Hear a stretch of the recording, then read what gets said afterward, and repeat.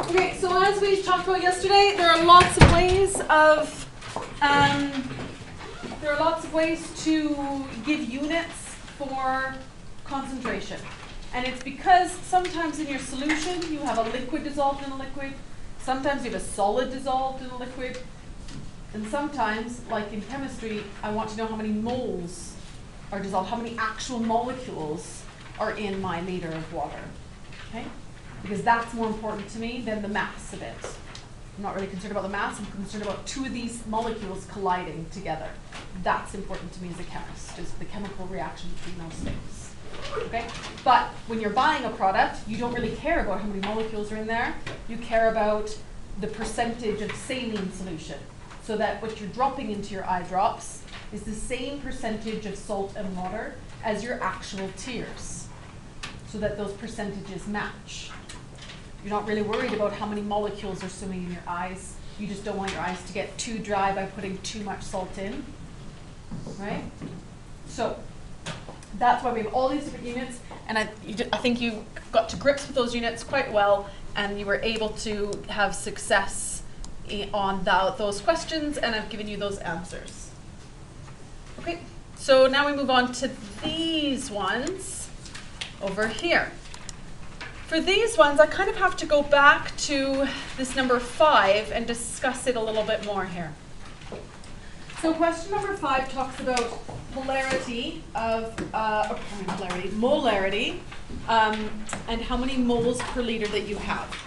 So if I'm worried about how many molecules or how many moles, remember a mole is like a group, right? Like a dozen.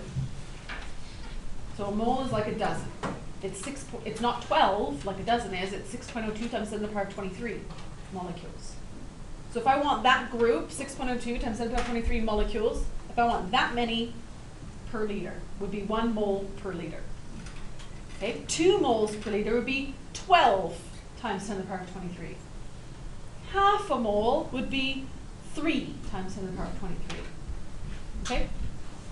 So because I'm worried about how many moles I have in every liter of solution, my concentration ends up being, first of all, in units of moles per liter, but also, handily, this, and this is how chemists make up formulas. This is how we create formulas. Is you take these units and you go, well, moles is N, and V is volume, and therefore now I have a formula that I can easily access, easily plug in numbers without doing much thinking behind it. C equals N divided by V. Okay?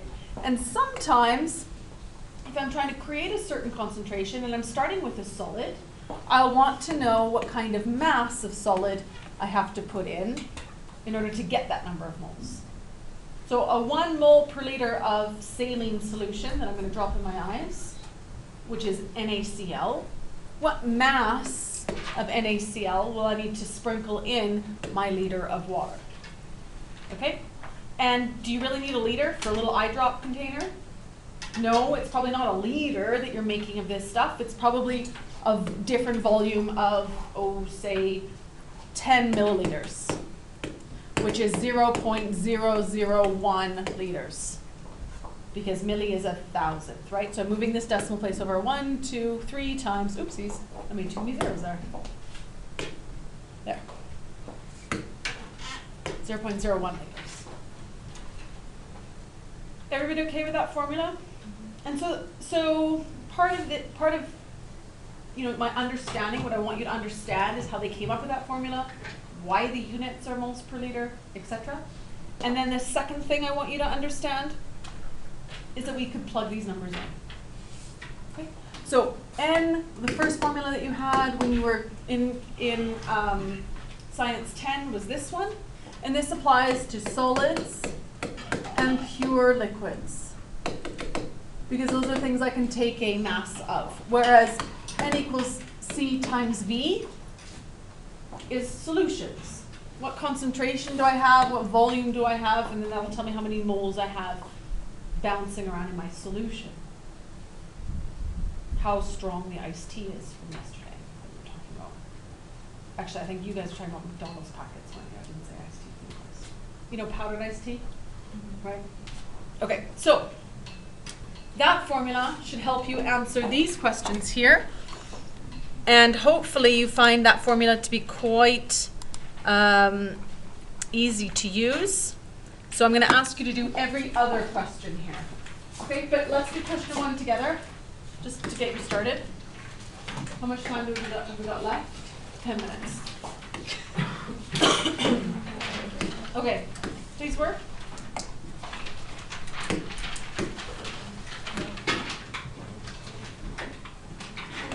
All right, there we go. A dilute solution of sodium bicarbonate can be used as a soothing stomach antacid, like Tums, right? What is the molar concentration of a solution, which has 0.57 millimoles of sodium bicarbonate dissolved in water to make 240 milliliters of solution?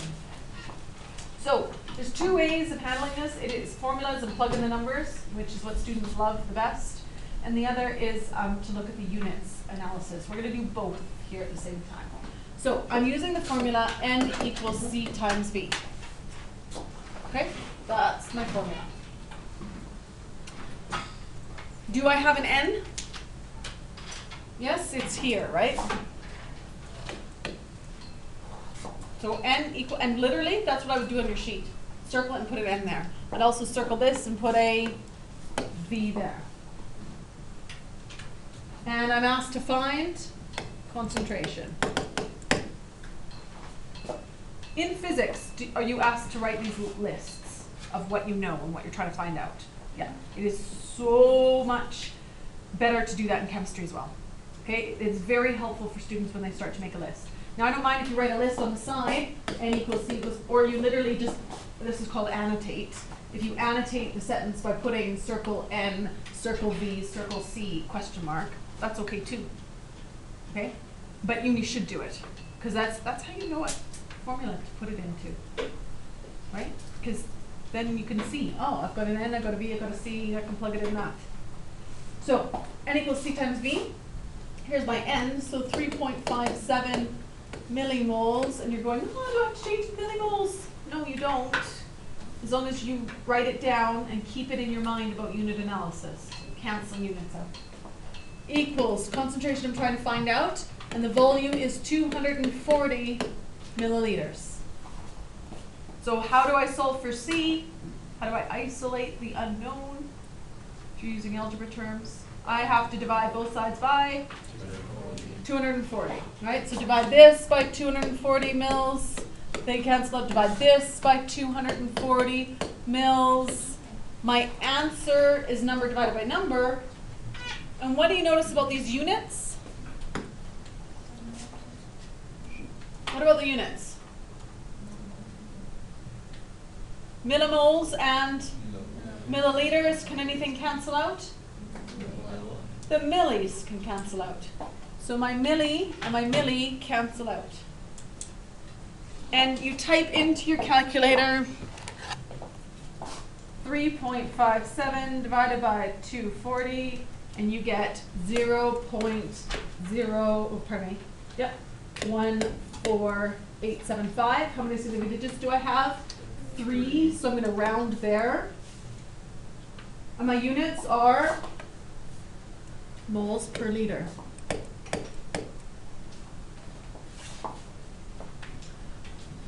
Allowing yourself to cancel out those millis has saved you the time and the stress of dividing by 1,000 and multiplying by 1,000. Oh shoot, I don't remember what I'm supposed to do. Right? It's just saved you all that because the millis cancel out anyway. Does that make sense? Okay, so who feels comfortable doing this on their own now? Half of you? All of you. Okay, good. So let's try doing, we've got 6 minutes left in class. Let's do 2 questions in 6 minutes. Go.